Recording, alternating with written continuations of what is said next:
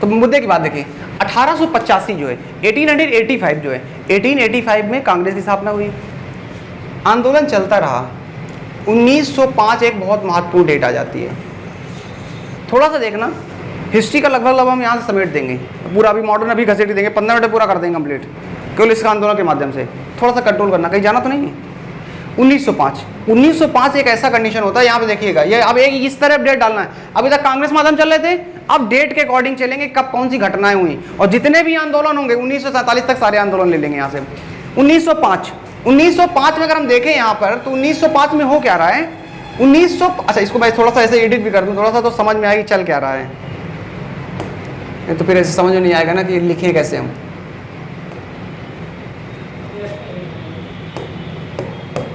राष्ट्रीय आंदोलन, बस आप ये हेडिंग डाल लीजिएगा, राष्ट्रीय आंदोलन।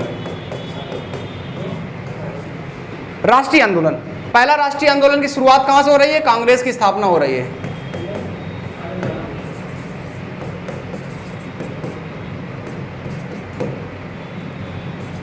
ठीक है, कांग्रेस स्थापना हो रही है।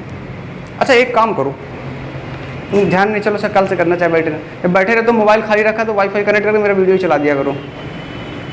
हाँ, वाईफाई कनेक्ट करके नेट से मेरा वीडियो चला दिया करो, तो वॉच टाइम कैलकुलेट हो जाया करेगा उससे।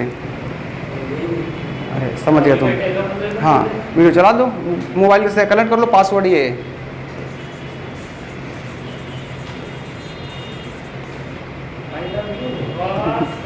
पासवर्ड है, पासवर्ड मेरे सब खतरनाक होते हैं, सब डायरेक्ट है। आई लव यू डायरेक्ट करो, ये स्पेस कुछ हो चाहिए, सब डायरेक्ट है।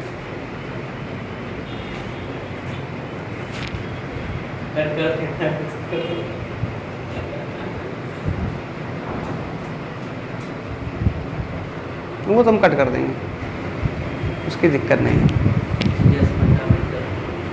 नहीं जीएस भाई अभी जीएस भाई डायरेक्ट डाल दो, अभी से उससे यूट्यूब से खोलो, यूट्यूब से आवाज़ स्लो कर देना। ये ध्यान नहीं था हमको, पहले सही रहता, इसको करा देते। वॉच जो टाइम होगा यही तो हमें कैलकुलेट करना, 4000 घंटे। हाँ इसी का यही है चैनल है।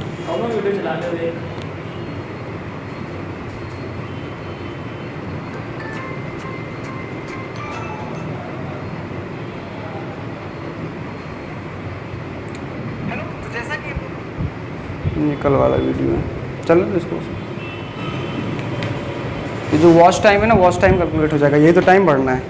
इनकम व्यूज से आती है ना पहले तो मेन, हाँ मेन इनकम व्यूज, नहीं मेन व्यूज भी कम होगा कोई दिक्कत नहीं, व्यूज कम हो चलेगा।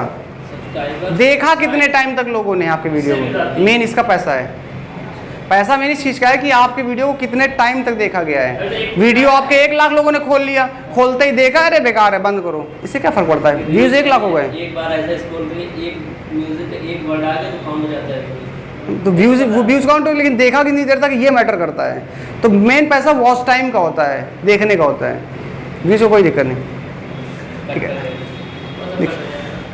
अब इसको हटा दे जरा सा, आई लव यू, नहीं तो पता लगा आई लव यू लिखा है।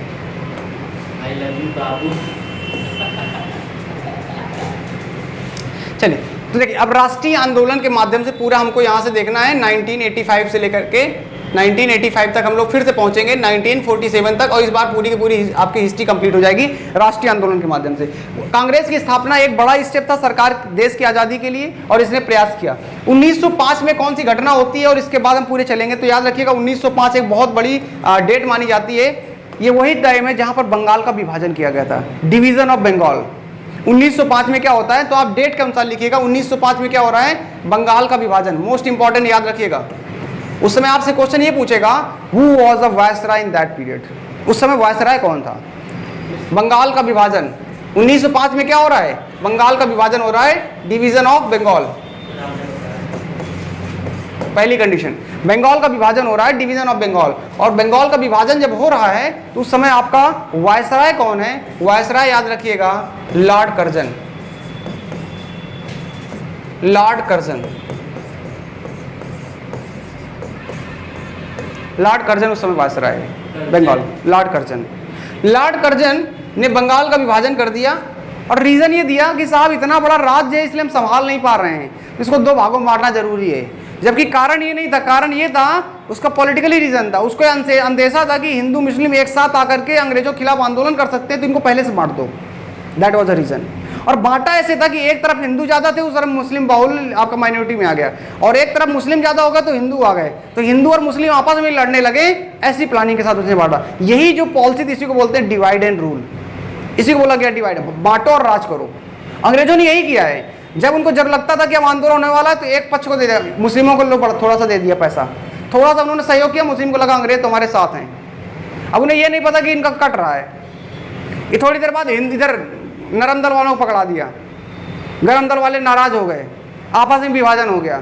तो अंग्रेजों के प्लानिंग चलती थी, बाकी और कोई नहीं था। अंग्रेज बड़े माइंडेड हैं, तो अंग्रेजों से हमसे ये सीखना है साहब। ये मत सोचना कि अंग्रेज हमारे पास शासन करके चले गए, बड़े वो थे। 250 वर्षों से शासन किया कैसे, ये बहुत महत्वपूर्ण चीज़ है ना। 100-200 लोग आकर के हजार लाखों की संख्या में राज करके चले जाते हैं, ये बहुत बड़ी बात है। ये हमको सीखना अंग्रेजों से, कैसे रूल कर रहे हैं। हिस्ट्री पढ़ाई इसलिए आती है। हिस्ट्री पढ़ने का क्या उद्देश्य है? हिस्ट्री पढ़ने का मेन एक उद्देश्य ये होता है कि इतिहास में ऐसी जो घटनाएं हुई हैं उनसे सीख लेकर के भविष्य में ऐसा ना हो, और जो फायदे वाली चीज़ें उनको एक्सेप्ट करो। ये सोचने वाली बात है, वो हमें हिस्ट्री से सीखना होता है। So that was the condition. 1905 Bengal division, viceroy आपका लॉर्ड कर्जन है, समझ लिया हमने। अब यार बंगाल का जब विभाजन कर रहा होगा, इसने घोषणा जो एग्जैक्ट की थी, लिखना मत, ये आपके लिए नहीं आएगा, लेकिन मैं थोड़ा समझा देता हूँ। 19 जुलाई 1905 में इसने क्या कर दी, घोषणा कर दी कि बंगाल का विभाजन होगा। और ये घोषणा जो थी, इसको लागू कब किया गया? इसको लागू किया गया, लागू हुई जाकर के, ये क्यों बता रहा हूँ मैं, इसके पीछे रीजन है। लागू किया गया 16 अक्टूबर 1905 को। 1905 को बंगाल का विभाजन क्या है, जैसे आप फैसला आज मोदी सरकार ने कुछ ले लिया, कहा कि 1 अगस्त से लागू हो जाएगा, ऐसा ही तो होता है। 16 अक्टूबर 1905 को लागू हो गया। इसी दिन बंगाल को शोक दिवस मनाया गया था, या जब कर्जन ने लागू कर दिया तो पूरी जनता ने बंगाल की शोक दिवस मनाया था। जी ये ध्यान रखिए, इसको लिख लीजिएगा। 16 अक्टूबर 1905 को बंगाल का शोक दिवस मनाया गया। अभी मनाया जाता है? नहीं, अब नहीं, बंगाल का शोक दिवस। इतना टाइम थोड़ा ना कि हम यही करते रहेंगे, शोक दिवस और खुश दिवस और दूसरा ऐसे कुछ नहीं अब टाइम रहा, बदल गई चीज़ें। जब ये शासन कर रहे थे तब हमने शोक दिवस मनाया। और इस विभाजन के खिलाफ एक आंदोलन शुरू किया गया था, उस आंदोलन को बोला गया स्वदेशी आंदोलन। तो जो स्वदेशी मूवमेंट था, स्वदेशी मूवमेंट इंग्लिश में भी यही रहेगा, स्वदेशी मूवमेंट आंदोलन जो था वो आपका बंगाल विभाजन के खिलाफ चलाया गया था। कहाँ चलाया गया था? बंगाल में चलाया गया था। आपसे पूछेगा स्वदेशी मूवमेंट कहाँ चलाया गया था? बंगाल में। किसके खिलाफ? बंगाल विभाजन के खिलाफ। कब चलाया गया? 1905 में। याद रखिए, बस आपको क्लियर करता हूँ जा रहा हूँ। बंगाल विभाजन हुआ, उसके खिलाफ चलाया गया मूवमेंट, उसको स्वदेशी मूवमेंट बोल दिया गया। और उसमें क्या कहा गया? बाबा रामदेव बैठे रहे वहाँ पे, ये मान के चलो पूरी तरीके से। बाबा रामदेव कहते स्वदेशी अपनाओ, विदेशी भगाओ। स्वदेशी मूवमेंट नाम से आ रहा है। इस बात में विरोध किया गया कि जो भी अंग्रेजों के द्वारा लाई गई चीज़ें उन सबका बहिष्कार करो। ना उनके हम कपड़े पहनेंगे, ना उनके हम दुकानें लेंगे, ना उनके शराब वगैरह सब फॉरेन से आता था पूरा, सब बहिष्कार करो, कुछ नहीं यूज करने वाले। स्टूडेंट ने स्कूल छोड़ दिए पढ़ने के लिए कि हम तुम्हारे स्कूल में नहीं पढ़ेंगे आकर के। टीचरों ने पढ़ाना छोड़ दिया। जो कोर्ट में जज थे, आपका वकील थे, उन्होंने वहाँ पे अपनी प्रैक्टिस करनी छोड़ी, सब सड़कों में उतर आए। That was the history. पूरा आंदोलन हुआ।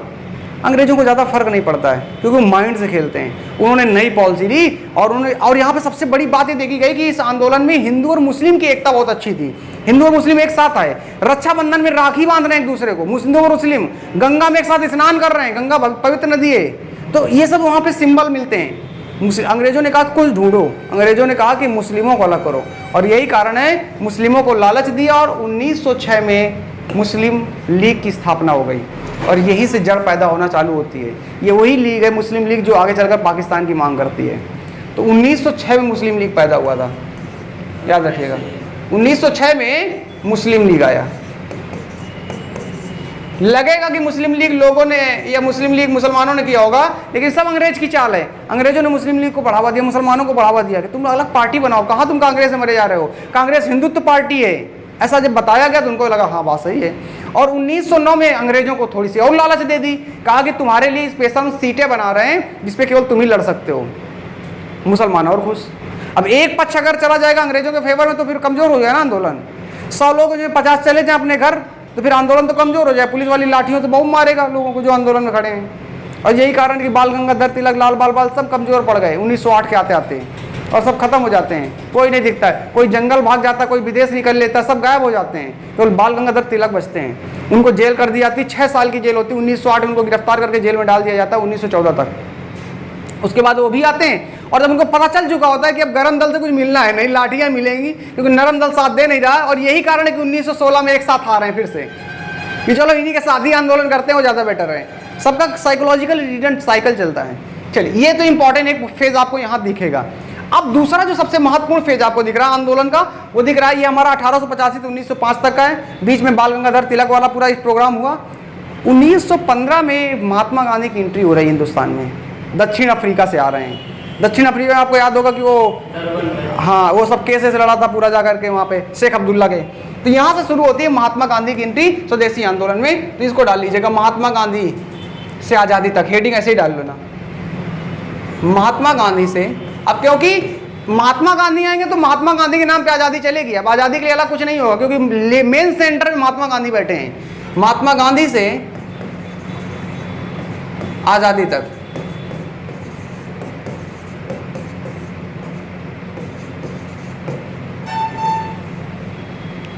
ये मान के चलिए कि हिंदुस्तान में महात्मा गांधी एक बड़ा शख्स पैदा हो रहा है, बड़ा शख्स हिंदुस्तान में आ रहा है। ये कह सकते हो कि दक्षिण अफ्रीका से टेस्ट मैच खेल करके इंडिया में 2020 के लिए आ रहे हैं।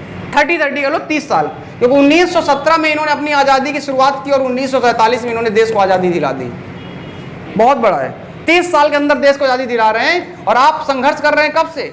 आप संघर्ष कर रहे हैं 1857 से। देखिए 1857 में पहला विश्व आंदोलन हो रहा है और 1900 लेकर के 17 तक आपको कुछ नहीं हासिल हो पा रहा है। सही से हासिल बहुत कुछ हुआ है लेकिन मुख्यतः नहीं हुआ। लेकिन ये शख्स आता है और 30 साल में देश को आज़ादी दे देता है, और किसके दम पे? सत्य और अहिंसा के दम पे। केवल 2 हथियार हैं, ये पावर थी इनके पास। क्या पावर है आपको धीरे धीरे दिखेगी, पावर में आंदोलन में दिखेगी जब बात करते जाएंगे। तो ये महात्मा गांधी की कुछ खास बात थी, क्या है आगे देखेंगे। और यही कारण है कि दक्षिण अफ्रीका में अंग्रेजों को पता चल चुका था कि ये एक खतरनाक शख्स साबित होगा अगर इंडिया में आ गया, और बहुत ही खतरनाक तरीके से बोलते भी थे। अच्छा, मतलब इन्होंने नहीं बोला, लेकिन मोटिवेशन में अक्सर यूज किया जाता है। मोटिवेशन में अक्सर एक लाइन कही जाती है कि महात्मा गांधी को कहते हैं कि दक्षिण अफ्रीका में ट्रेन के डिब्बे से नीचे फेंक दिया गया था, तो महात्मा गांधी ने उसी दिन ठान लिया था कि तुमने आज हमें ट्रेन के डिब्बे से नीचे फेंका है, मैं हिंदुस्तान से तुमको बाहर फेंकूंगा। That was the condition. तो ऐसा कहा जाता है और सही बात है। वहाँ पे इनका अपमान किया गया, दक्षिण अफ्रीका में ट्रेन से इनको नीचे उतार दिया गया, इसलिए क्योंकि ये ब्लैक हैं, रेसिज्म है। इनके पास सर्टिफिकेट था, इनके पास टिकट भी था, एसी का टिकट था, नंबर 1 का टिकट था, इसके बावजूद भी इन्हें एसी के डिब्बे में नहीं बैठने दिया गया।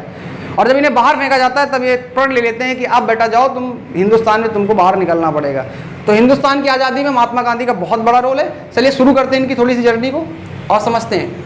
महात्मा गांधी के बारे में बैकग्राउंड हिस्ट्री में नहीं लेता हूँ क्योंकि सबको पता होता है, पत्नी का नाम क्या है, माता का नाम क्या है, ये सब पता भी है, और इन सब चीज़ों के बारे में एग्जाम में आते भी नहीं है। ठीक है, अभी सब पुतली बाई सब, तो अभी इन सब चीज़ों बारे में समझेंगे, थोड़ा सा बाद में समझेंगे। कस्तूरबा गांधी, बस पुतली बाई, सब चीज़ें के नाम क्या है, माता क्या नाम है, पत्नी क्या नाम है, बेटे क्या थे, 4 बेटे थे इनके। ठीक है, अभी इस सब चीज़ों को इसलिए नहीं देख रहे हैं क्योंकि गांधी जी के बारे में पढ़ना हमको, गांधी जी से आंदोलन से related exam point of view से। एग्जाम जब खत्म हो जाए ना, उसके बाद तुमको जीएस पढ़ने की इंटरेस्ट हो, आ जाना, सब पढ़ाएंगे, कोई दिक्कत नहीं है। ठीक है, एग्जाम के बाद हाँ इंटरेस्ट हो, आ जाना, कोई दिक्कत नहीं। अभी मज़ेदार बात करना है सिर्फ और एग्जाम पॉइंट ऑफ व्यू से।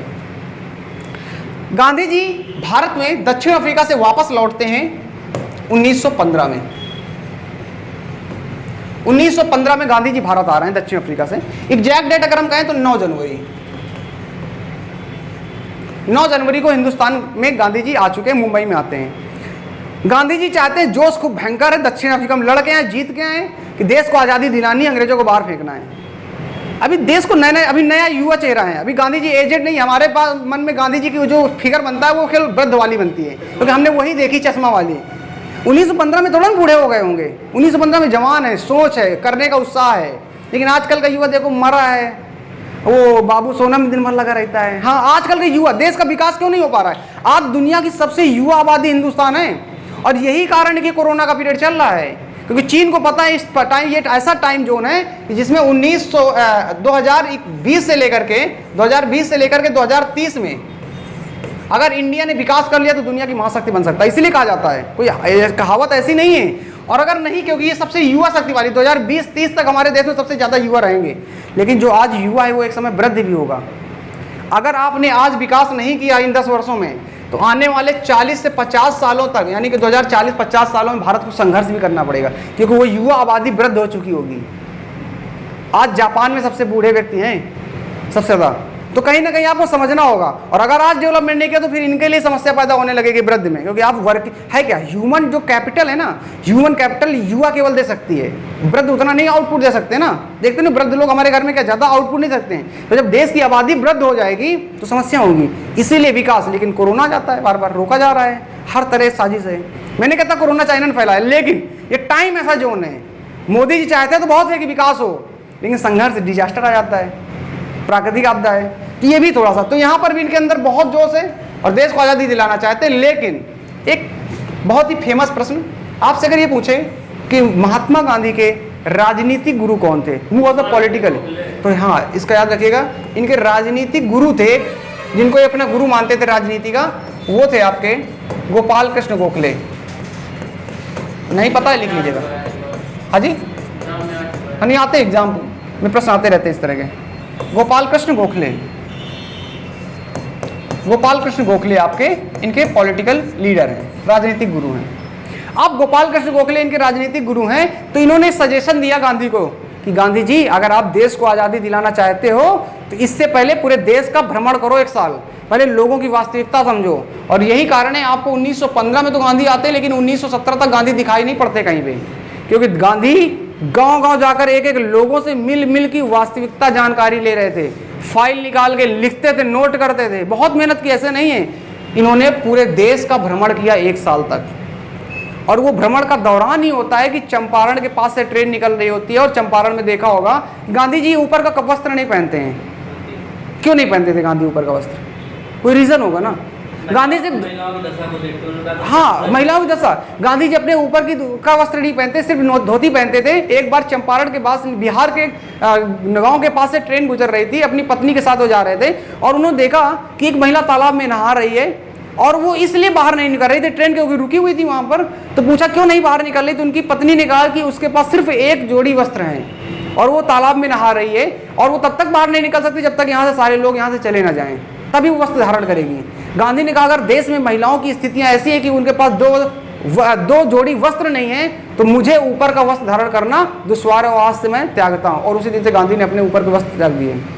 That was the symbol. ये इस बात का नहीं कि लोग कहेंगे कि एक वस्त्र से क्या होता है, लेकिन ये एक सिंबल है, महत्वपूर्ण सिंबल है, सिग्निफिकेंट है देश के लिए। आप क्या सोचते हैं? और सिर्फ नहीं, बहुत सारे लोगों ने गांधी को फॉलो किया और बहुत सारे लोगों ने त्यागा। त्यागने का मतलब ये है कि जो कपड़ा लग रहा था वो अपने व्यक्ति, अपने महिलाओं के लिए भी बनवाने लगे, ये कंडीशन है। तो that was the condition. Gopal Krishna Gokhale के कहने पर आपका राजनीतिक गुरु थे। गांधी ने 1 साल की यात्रा की, और उस यात्रा के बाद गांधी ने 3 महत्वपूर्ण आंदोलन किए। यहाँ से गांधी की राजनीतिक करियर शुरू होता है भारत में राष्ट्रीय आंदोलन का। अंग्रेजों ने बहुत हल्के में लिया कि यार नॉर्मल से व्यक्ति ये क्या करेगा, पिछले 2.5 साल शासन कर रहे हैं, लेकिन तीनों आंदोलन, ऐसा आंदोलन किया गांधी ने कि तीनों आंदोलन में अंग्रेजों को मुंह खानी पड़ी, और तीनों में गांधी की जीत हुई। और इसी के बाद जितने भी देश के बड़े नेता थे जो अपने आप को मठाधीश समझते थे, जिन्ना गांधी से पहले से राजनीति में थे, जिन्ना हो गए सरदार पटेल, तो ये लोग एक्सेप्ट नहीं कर पा रहे थे। गांधी एक नया चेहरा आया था अभी दक्षिण अफ्रीका से विचारों से, लेकिन जब ये आंदोलन जीते तब लगा कि यार ये कुछ कर सकता है, और फिर तब गांधी को इन्होंने एक्सेप्ट किया और गांधी के पीछे चलने लगे। That was the reason. तो तीनों के आंदोलन को मैं एक साथ लिख देता हूं यहाँ पे, आप नोट कर लीजिएगा गोपाल कृष्ण गोखले वाला। और यहाँ से गांधी की दौर शुरू होता है। पहली कंडीशन चंपारण आंदोलन, बहुत फेमस, आपने सुना हुआ। गांधी ने 3 आंदोलन किए। पहला चंपारण, हाँ जी। दूसरा आंदोलन चंपारण, चंपारण चंपारण चंपारण। दूसरा खेड़ा। 3 आंदोलन बहुत महत्वपूर्ण है। खेड़ा आंदोलन, और तीसरा आपका अहमदाबाद मिल आंदोलन, मिल मजदूर आंदोलन। अहमदाबाद मिल मजदूर आंदोलन।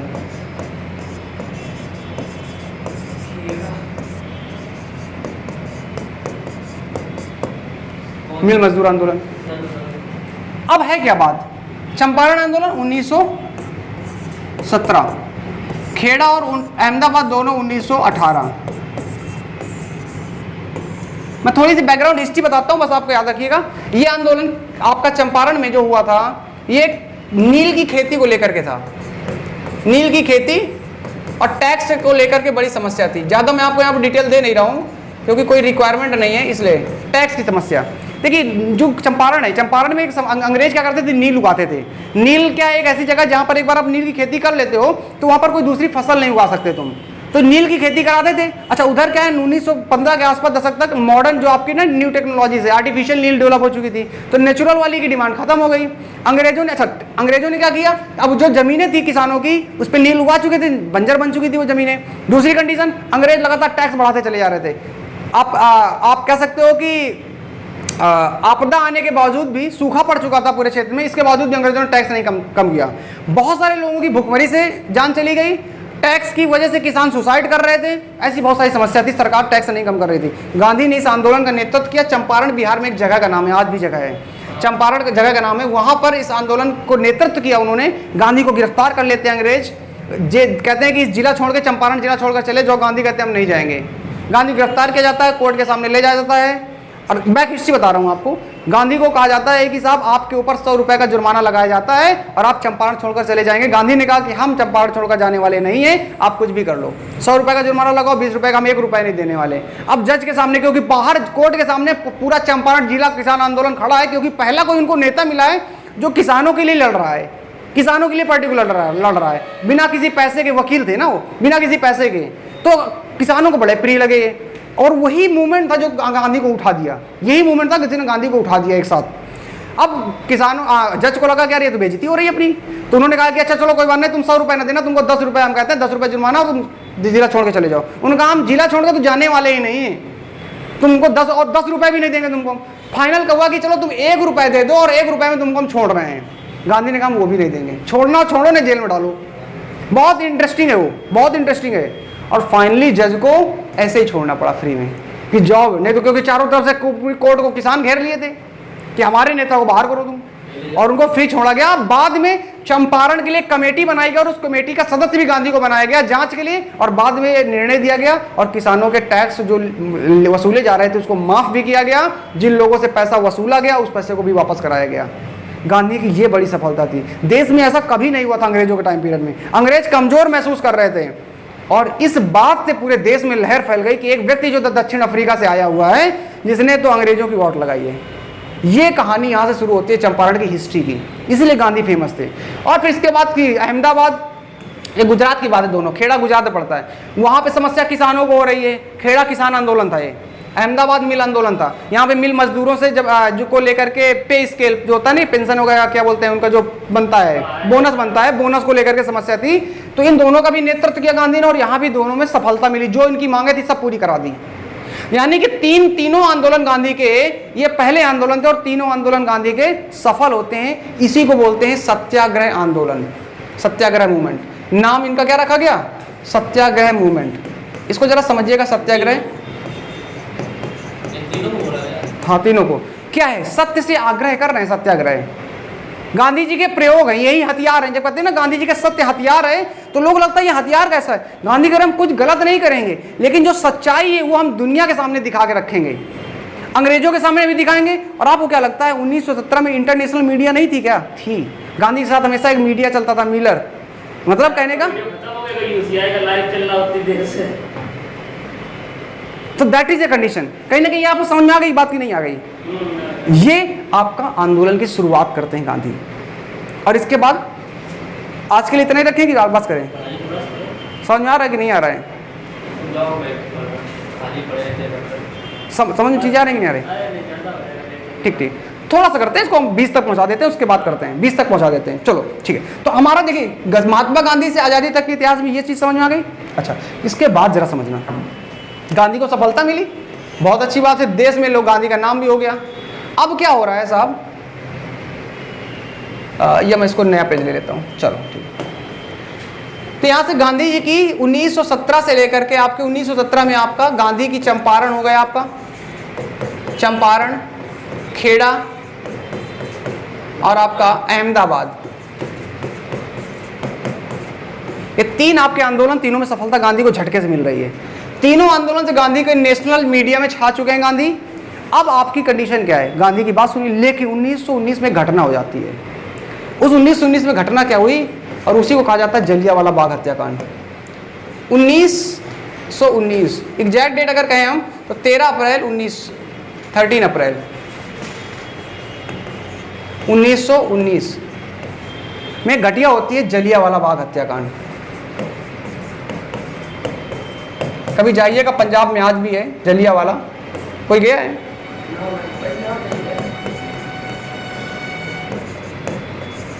जलियांवाला बाग हत्याकांड हुआ ये कि साहब एक कानून आया था, बिना वकील बिना दलील बिना वकील कानून। इसका मतलब ये था कि अंग्रेज किसी भी व्यक्ति को, इसी को रॉलेट एक्ट कहा गया था। एक जलियांवाला बाग हत्याकांड क्या था? रॉलेट एक्ट से कहानी शुरू होती है, तो समझ लेना रॉलेट एक्ट। ये एक्ट ऐसा था, इस एक्ट के तहत किसी व्यक्ति को 2 साल तक गिरफ्तार कर सकते बिना किसी प्रश्न चिन्ह के। आप कुछ कह नहीं सकते, जो हमारी मर्जी होगी तुमको उठा के डाल देंगे जेल के अंदर 2 साल तक। तो काला कानून ही तो हुआ ना, कोई रीजन नहीं, किसी को डाल सकते हो, किसी भी आंदोलनकारी किसी भी नेता को डाल दोगे। तो इस कानून के खिलाफ बैठक की जा रही थी जलियांवाला बाग में, और बैठक में बातचीतें चल रही थी। अचानक, हिस्ट्री बहुत बड़ी है, मैं इसको 2 मिनट में समराइज कर रहा हूँ इसलिए, नहीं तो इंटरेस्टिंग है, पूरा 1 घंटे इस पर लेक्चर चलता है, ये मान के चलिए पूरा 1 घंटे केवल जलियांवाला बाग डिस्कशन होता है। अभी आपको केवल समझाने के लिए बैठक हो रही थी, जिसमें से जनरल डायर उस समय था आपका, उसने क्या किया, अपनी सेना ली और जलियांवाले बाग में पहुंच गया। ये एक ऐसा पार्क था, ऐसा कुछ पार्क है कि इसके एंट्री गेट एक ही है, जैसे पार्क होते हैं ना, घुसते हो आप, एक गेट से एंट्री करते हैं, इधर खूब ऊंची ऊंची दीवारें थी, चारों तरफ पार्क बना हुआ था।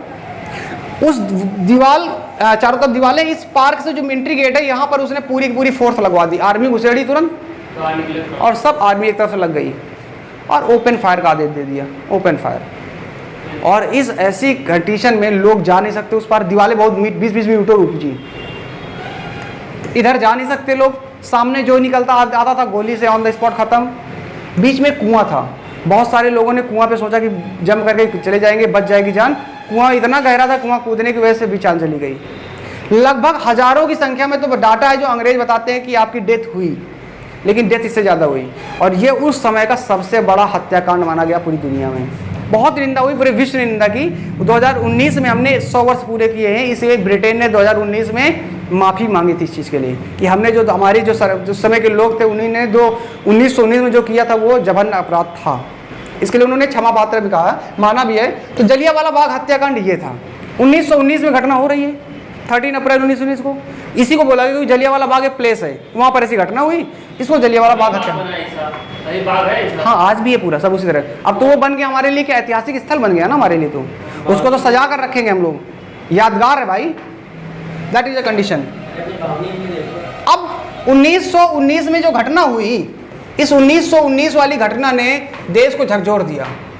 गांधी जी अभी अपने नए सपने की ओर चल रहे थे। उन्होंने कहा था अंग्रेजों से हम आसानी से कहेंगे और आसानी से बातचीत करेंगे, लेकिन 1919 में ऐसी घटना होती है जिसके बाद गांधी के अंदर की ज्वाला उत्पन्न होती है, और गांधी ने कहा कि अब बहुत हुआ, अब एक नया आंदोलन शुरू होगा। पहले तो तुमसे हम सत्य से आग्रह कर रहे थे, सत्याग्रह यही रखा। देखो स्टेप देखना, गांधी के सोच बहुत खतरनाक है, इसलिए तो गांधी को कोई समझ नहीं पाता है।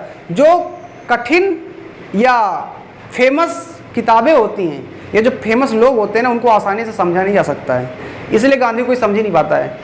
गांधी आने वाले 30 वर्षों में क्या हो सकता है इसको भी सोच लेते थे, ये उनकी दूरदर्शी सोच थी।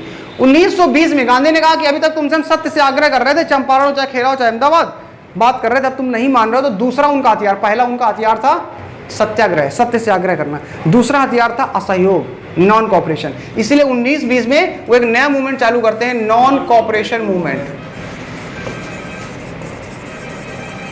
नॉन कॉपरेशन मूवमेंट, इसको बोला गया असहयोग आंदोलन। असहयोग आंदोलन कब शुरू हुआ ये ध्यान रखिएगा बस आपको, आपका 1920 में किया गया, जलियांवाला बाग हत्याकांड के बाद। और असहयोग आंदोलन जब शुरू होता है, असहयोग आंदोलन का मतलब क्या है? अभी आग्रह कर रहे थे असहयोग, अब तुमसे हम कोई लड़ाई झगड़ा नहीं करेंगे, लेकिन तुम्हारा सहयोग नहीं करेंगे। मतलब देखो, नॉन कॉपरेशन, तुम्हारा कॉपरेशन नहीं करेंगे, कॉपरेट नहीं करेंगे तुम्हारे साथ, जो तुम कहोगे वो एक्सेप्टेबल नहीं है, that is the condition. Cooperate नहीं करेंगे तुम्हारे साथ में हम। ये 1920 में आंदोलन शुरू होता है। 1 अगस्त 1920 इसकी ऑफिशियली डेट मानी जाती है, और इसी दिन बाल गंगाधर तिलक की डेथ हो जाती है। लेकिन आंदोलन पहले से तय था, तो आंदोलन को नहीं रोका गया, आंदोलन चलाया गया। आंदोलन चलता जाता है, लेकिन लास्ट पॉइंट आपको डिस्कस करते हैं और यही से इसको क्लोज कर देंगे। कंडीशन ये होती है कि गांधी के द्वारा असहयोग आंदोलन चलाया गया और ये आंदोलन चलता जा रहा है, लेकिन 1922 में एक महत्वपूर्ण घटना हो जाती है, एक घटना हो जाती है और उस घटना ने इस आंदोलन को प्रभावित किया। 5 फरवरी 5 फेब 1922 को चौरी चौरा नामक हत्याकांड हो गया था। नाम सुना होगा चौरी चौरा इंसिडेंट, घटना। हाँ, उस जगह है, चौरी चौरा की जगह है, गोरखपुर पड़ती है, योगी आदित्यनाथ वाला एरिया है, गोरखपुर में जगह, आज भी जगह है, गोरखपुर में पड़ती है, यूपी के। यहाँ पर हुआ क्या कि कुछ आंदोलनकारियों ने एक पुलिस चौकी में 22 पुलिस कर्मियों को बाहर से जलाकर मार दिया। झड़प हुई दोनों के बीच में और पुलिस कर्मियों को मार दिया। पुलिस को मौका मिल गया। अभी तक पुलिस लाठीचार्ज नहीं कर सकते आंदोलन में, लेकिन तुमने अब पुलिस वालों के ऊपर हाथ उठा दिया है, इसलिए अब पूरे देश में पुलिस वाले तैयार हो चुके थे, अंग्रेज तैयार हैं, अब लाठीचार्ज करो। गांधी समझ गए। गांधी ने क्या किया, इस आंदोलन को तुरंत रोक दिया, ऑफिशियली तौर पे कहा आंदोलन समाप्त होता है।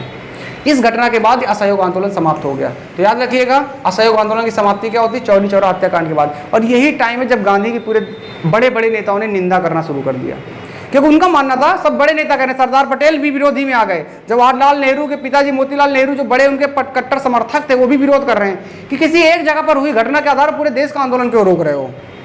बहुत सारे लोगों को लग रहा था। गांधी ने कहा नहीं, आंदोलन रोकेंगे, क्योंकि सबको लग रहा था अब आज़ादी करीब पहुंच रहे हैं, पूरे देश में सफल हो रहा था आंदोलन। गांधी ने रोक दिया एक झटके, पूरे देश से आंदोलन रोक दिया। सबको लगा कि यार ये क्या हो रहा है, गांधी ये क्या कर रहे हैं। इस बात को लेकर के बहुत विरोध हुआ और इसी के बाद 1923 में एक नई पार्टी क्रिएट कर लेते हैं, स्वराज पार्टी। ये अलग कहानी है, लेकिन ये निर्णय सही था या नहीं सही था ये आप सोचना। निर्णय बिल्कुल सही लिया गांधी ने, और जो उनकी सोच थी वो सोच समझ जाए हर व्यक्ति तो फिर वही बात आती है। सब सारे नेता समझ नहीं पा रहे थे क्यों गांधी ले रहे हैं, लेकिन गांधी ने जो निर्णय लिया, क्योंकि गांधी भी समझदार है, उन्होंने इस आंदोलन को रोका तो कहीं ना कहीं कोई कारण रहा होगा। इस प्रकार गांधी ने इस आंदोलन को, असहयोग आंदोलन को रोक दिया। गांधी को 5 फरवरी को रोकते, 12 फरवरी को गांधी को गिरफ्तार कर लिया जाता है, 6 साल की जेल होती है और गांधी को जेल भेज दिया जाता है, क्योंकि आंदोलन का नेतृत्व करता वो थे और कहीं ना कहीं हिंसात्मक घटना हुई थी, उसकी जिम्मेदारी नेता को लेनी पड़ती है। इसलिए गांधी ने इस आंदोलन को रोका और जेल चले गए। इसके बाद की कहानी को फिर कंटिन्यू रखेंगे बाद में, ठीक है। चलो।